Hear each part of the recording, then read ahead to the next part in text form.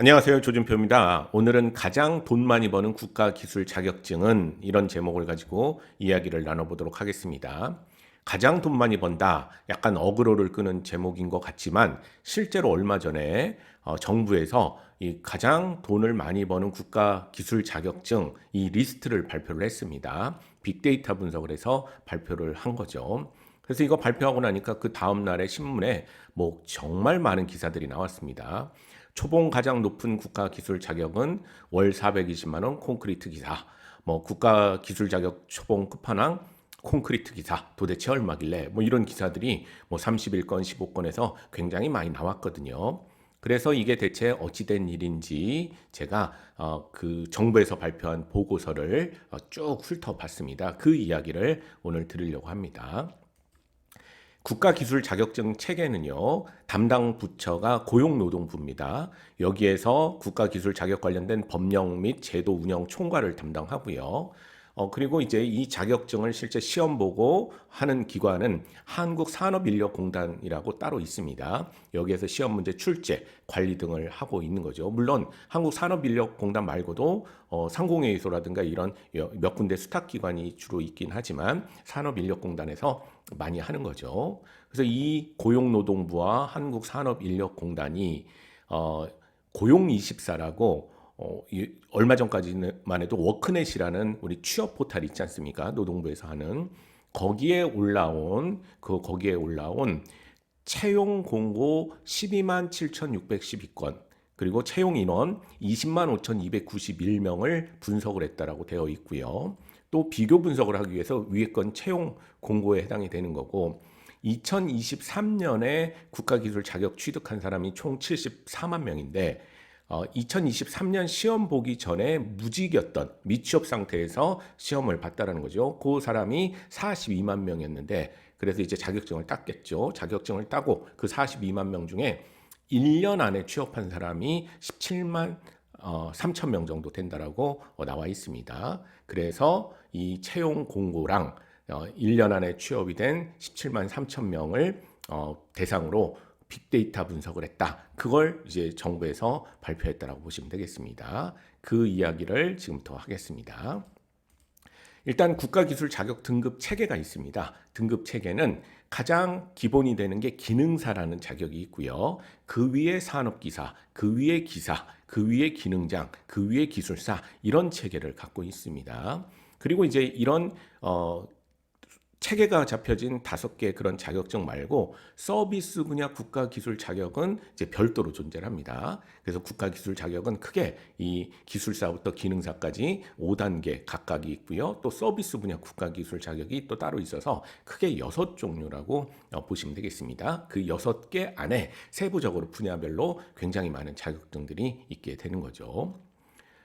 그러면 이 응시 자격은 어떻게 되느냐? 우리가 일반적으로 응시 자격이 전혀 제한이 없는 게 기능사, 엔트리 레벨이 되는 거죠. 시작하는 레벨입니다. 기능사는 기능 자격 제한이 전혀 없고요. 그다음에 이제 자격증 체계라는 게 기능사가 되고 나서 몇 년 실무 경력을 쌓으면 산업기사 자격증을 딸 수가 있게 되는데 기능사 취득 후 실무 경력 1년이라고 되어 있고요. 실무 경력 없이 바로 이제 산업기사 자격에 도전할 수 있는 것은 여기 써 있는 대로 이제 자격증의 종류에 따라 다른데 전문대학 졸업자 관련 분야의 전문대학 졸업 이상을 하게 되면 그건 실무 경력이 있는 것으로 봐준다. 자격증마다 다르지만 어떤 거는 대학 졸업해야 된다. 이런 이제 조건이 있는 거죠. 그래서 그냥 쉽게 설명드리면 기능사는 고등학교만 마치고 딸 수 있고 고등학교 다니면서도 딸 수 있는 거고요. 산업기사 같은 경우에는 전문대학을 마치면 딸 수가 있고 그리고 이제 그 위에 기사는 4년제 대학을 나오거나 기능사 취득 후 또는 산업기사 취득 후 산업기사 취득하고는 실무 1년 기능사 취득 후에는 실무 3년 이런 이제 자격 조건이 있게 되는 거다라고 보시면 되겠습니다. 그리고 이제 그 위에 기능장과 기술사가 있는데 역시 이것은 기사 자격을 따고 몇 년, 산업기사 자격을 따고 몇 년 이런 것들을 요구를 합니다. 자격이 없을 때는 실무 경력, 그 관련 분야의 실무 경력에서 9년 정도 근무한 사람이 시험 볼 수 있는 게 기술사와 기능장이라고 보시면 되겠습니다. 그럼 모든 분야에서 기술사가 다 있느냐, 기능장이 있느냐? 그건 아니고요. 분야마다 기사까지 있는 경우도 있고, 기술사까지 있는 경우도 있고, 또 어떤 거는 기능장은 있고, 기술사는 없고, 기술사는 있고, 기능장은 없고, 이런 분야가 다 있습니다. 그래서 그거는 자기가 딸려는 분야의 내용을 살펴보시면 기술사까지 가는 게 끝인지 기사까지 가는 게 끝인지 이런 것들을 알 수가 있게 되는데, 일반적으로 자격 제한이 없는 기능사, 전문대학을 졸업하고 도전할 수 있는 산업기사, 4년제 대학을 졸업하고 기사, 그리고 그 자격을 딴 다음에 실무 경력 몇 년 후에 기능장 기술사, 이런 단계를 국가 기술 자격증 체계는 갖고 있다고 보시면 되겠고요. 그 다음에 이제 서비스 분야는 별도라고 그랬죠. 이 5개 말고 또 별도로 있는 이 분야는 뭐 서비스 분야 1급, 2급 뭐 이런 식으로 구분이 되어 있다라고 되어 있습니다. 그래서 이 고용노동부에서 분석을 해봤더니 채용 공고에 나온 임금하고 그 다음에 실제로 그 자격을 따고 취업을 한 사람들, 1년 안에 취업한 사람들의 임금을 비교를 좀 해본 자료가 있습니다. 그걸 보시면 기술사 제일 높은 거라고 그랬죠. 기술사는 채용 공고상에는 우리가 월 328만 원을 준다라고 되어 있는데 총 2,078명을 뽑는다라고 되어 있는데 막상 채용을 한 기술사 58명의 초임 임금을 받더니 월 431만 원을 받더라 이렇게 되어 있습니다. 그러니까 채용 공고에 나온 것보다 실제로 받는 게 훨씬 더 많게 되는 그런 모습을 보여주게 되는 거죠. 그리고 여러분들 오해가 있으시면 안 되는데 여기서 초임 임금이라는 게 그때 이제 나라에서 비교한 것이 자격증 시험 보기 전에는 이제 미취업 상태였다가 그리고 자격증 따고 취업했으니까 그거에 대한 초임이라는 거지. 앞에서 보셨겠지만 만약에 그냥 자격증이 없이 시험을 봤다면 실무 경력 9년 정도 한 사람들, 그죠? 기사 자격증을 따고 몇 년 지난 사람들이기 때문에 원래 사회생활은 경력자들인 거는 사실인데 취업을 처음 다시 했기 때문에 초임임금, 취업하고 나서 바로 자격증을 따고는 처음인 거죠. 그러고 나서는 약 431만 원 정도를 받았다 이렇게 보시면 됩니다. 기능장은 공고상은 283만 원, 그 다음에 실제 받는 건 299만 원, 더 많은 모습을 보여주게 되는데 기사부터는 289만 원 주겠다 공고에 냈는데 뽑힌 애들 보니까 265만 원을 계약했더라 이렇게 되어 있고 산업기사도 283만 원 공고 냈는데 270만 원, 261만 원 공고 냈는데 222만 원, 228인데 215만 원. 오히려 기술사 기능장을 빼놓고는 기사, 산업기사, 기능사, 서비스는 공고보다도 조금 낮은 급여를 받더라 이렇게 되어 있습니다. 그 이유의 첫 번째를 살펴보면요. 기술사 자체를 그렇게 많이 뽑진 않습니다. 기술사는 희소하다는 거죠. 기술사는 최고 등급이어서 그렇기도 하겠지만 2023년 기준으로 2023년에 모든 분야의 기술사는 1,376명만 자격을 취득했다고 되어 있고 기능장은 7,646명, 기술사가 제일 적죠. 등급 위계상 맞습니다. 기사가 무려 14만 6천 명이 땄고요. 한 해에. 그리고 산업기사 6만 6천 명, 기능사 엔트리 레벨이라고 그랬죠. 무려 39만 명의 자격을 땄습니다. 그렇죠? 그러니까 기술사와 기능장은 최고 등급이면서 희소하니까 사실 경력도 많은 사람들이니까 나 그 정도 돈 받고는 못 가겠다. 나 좀 더 달라. 이렇게 이제 협상력이 좀 생길 수가 있게 되는 거죠. 근데 기능사 같은 경우만 하더라도 너무 많은 사람들 쉽게 엔트리 레벨이니까 따니까 너 경력 없는데 하면서 좀 낮출 수 있다는 겁니다.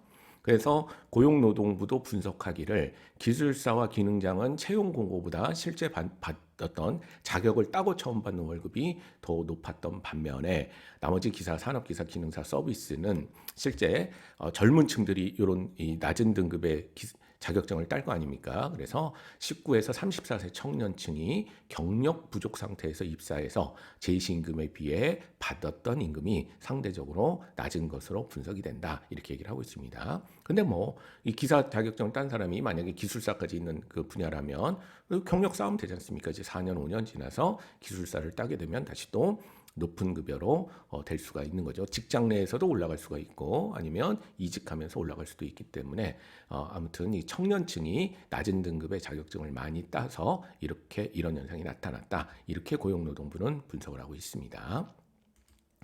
그 다음에 이제 직무 분야별 임금 순위를 보게 되면요. 직무 분야가 참 많은데요. 일단 채용 공고상 임금을 많이 주겠다라고 이렇게 공고를 낸 게 광업자원 분야 168명을 뽑는다. 좀 희소하죠. 많지도 않고 뽑는 사람이 광업자원 168명을 뽑는다. 우리 평균적으로 우리 쪽에 오면 기사 뭐 기술사 이거 다 합쳐서 평균입니다. 367만 원을 월 주겠다. 이렇게 얘기를 하고 있는 거고요. 그리고 이제 재료 분야가 1968명 채용 공고 냈는데 296만 원. 건설이 엄청 많죠. 7만 명 채용 공고 냈는데 295. 안전관리 16,456명 291만 원. 전기전자 3만 3천 명 285만 원. 기계 2만 2천 281명 이렇게 되어 있고요. 역시 딱 보시면 알겠지만 우리가 왜 대학교에서 제가 많이 얘기하지 않습니까? 전기전자, 화학 그리고 저기 기계, 건설 이런 데들이 취업이 잘 된다고 말씀드렸죠. 그런 게 찾는 인원이 이렇게 많습니다. 왜? 우리나라가 그쪽 분야가 굉장히 크기 때문에. 그래서 채용 공고상에는 그런데 실제 취업한 사람들을 보니까 168명을 찾았었는데 취업은 42명이 됐다. 뭐 약간 시기적으로 좀 안 맞을 수도 있습니다. 그러니까 인원수 자체는 그렇게 심각하게 보지 마시고요. 아무튼 광업자원은 되게 적게 뽑는다. 뽑는 사람도 분야도 적고 그다음에 그 취업하는 사람도 작다. 근데 중위임금은 340만 원 받았다. 이렇게 보시면 됩니다.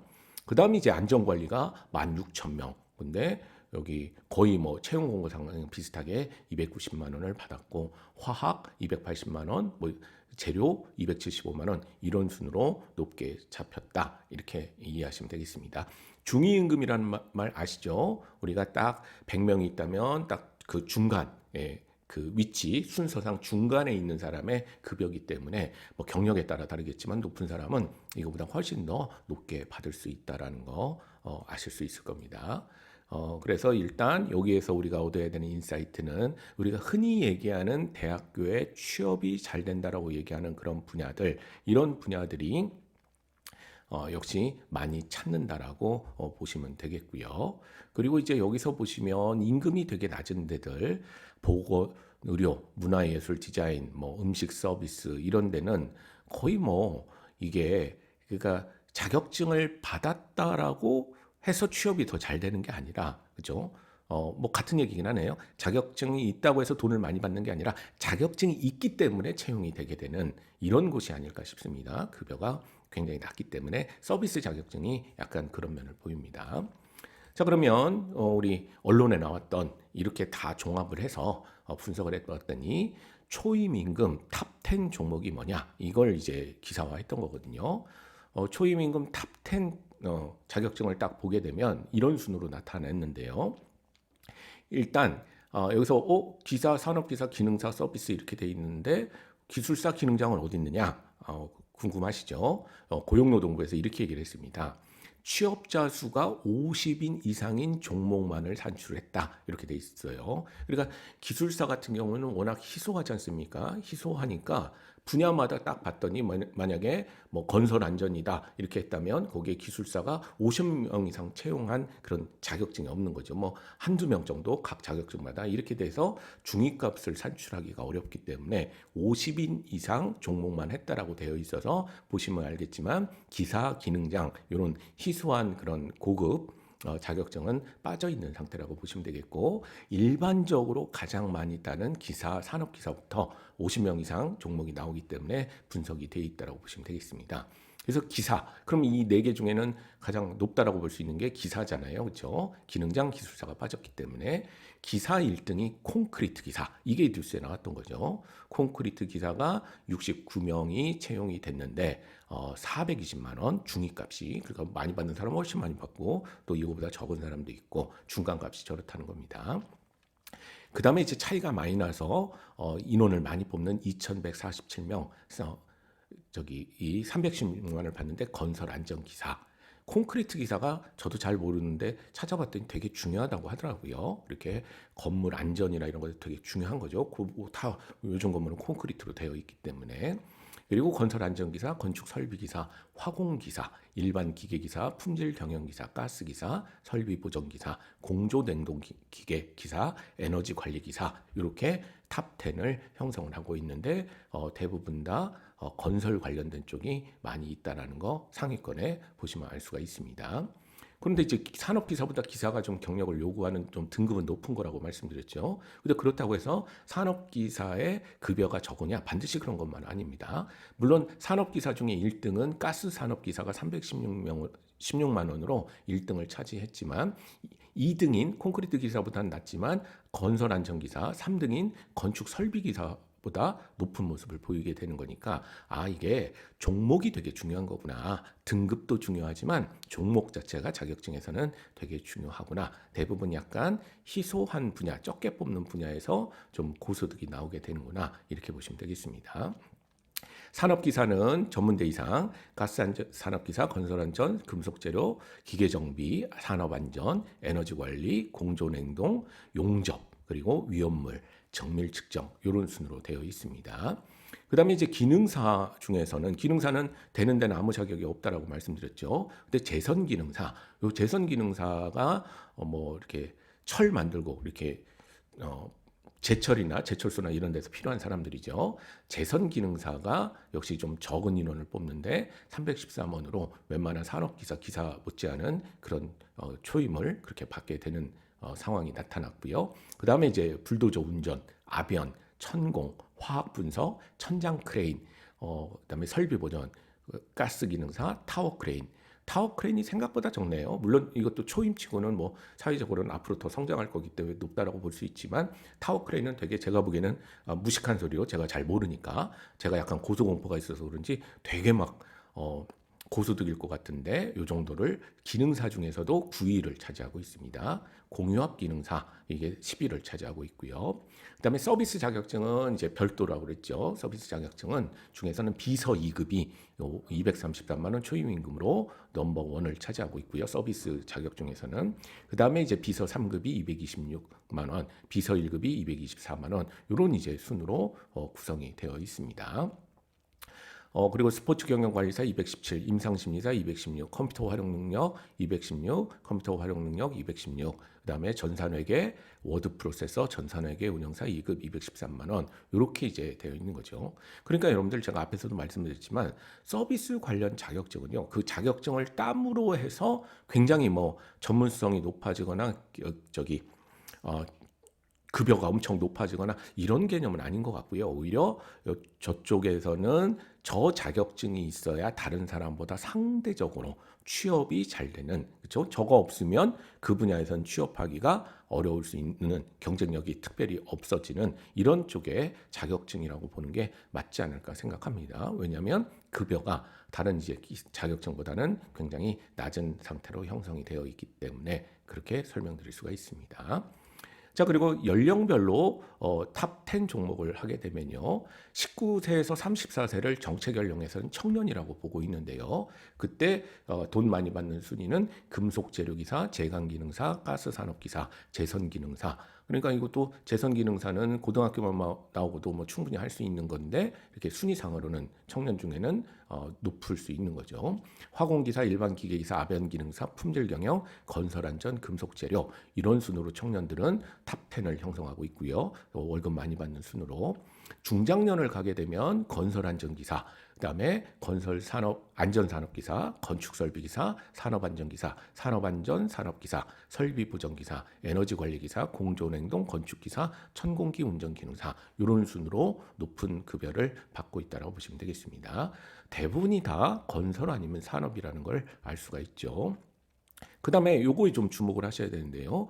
55세 이상을 이제 고령이라고 얘기를 하는데 이분들도 취업을 이제 자격증 따고 요 나이에도 새 취업을 하는 겁니다. 건축기사, 건설안전기사, 건축설비기사, 에너지관리기사, 산업안전기사, 설비보전기사, 건설안전산업기사, 산업안전산업기사, 에너지관리산업기사, 기중기운전기능사. 그래서 이런 순으로 55세 이상 분들은 그 나이에 자격증을 따고 물론 관련 경력이 있으니까 채용이 됐겠지만 다시 적어도 회사를 옮겼거나 최소 뭐 이런 경우죠. 미취업 상태에서 취업한 사람을 조사했다니까 이런 급여를 받고 그 나이에 취직을 할 수가 있다라는데 우리가 주목을 해야 됩니다.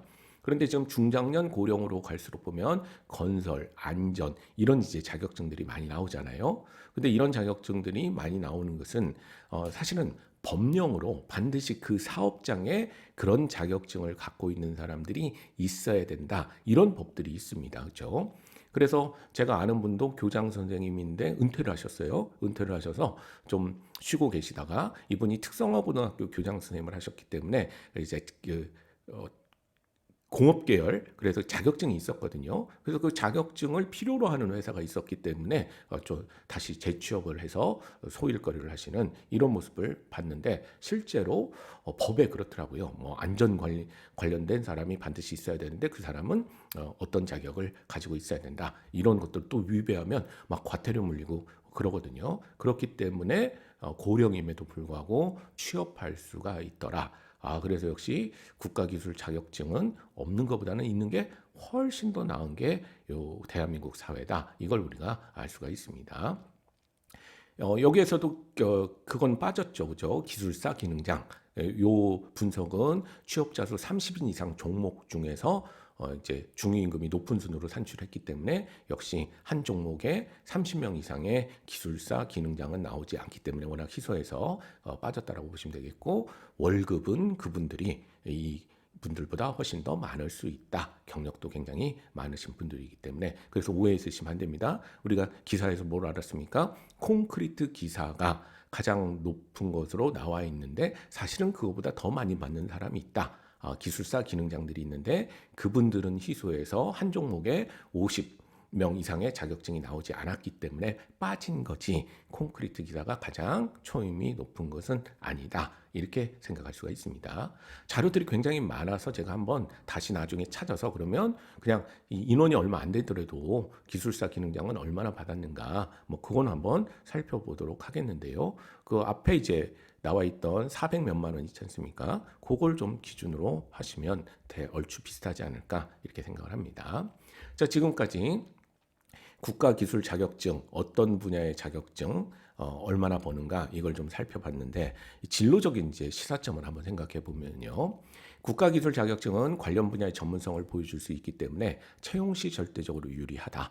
앞에 보셨지 않습니까? 채용 공고상 그런 자격증을 우대하거나 반드시 있어야 된다라고 얘기하는 공고가 많다라는 겁니다. 그리고 법적으로도 필요하고요. 그래서 되게 유용하다라는 걸 알 수가 있고요. 같은 얘기지만 안전, 건설, 전기, 소방, 환경 등 반드시 법적으로 자격증 있는 사람을 채용해야 하는 회사들이 다수 존재하기 때문에 저 관련된 자격증은 고령까지 늦게까지 일할 수 있게 하는 좋은 수단이 될 수가 있다.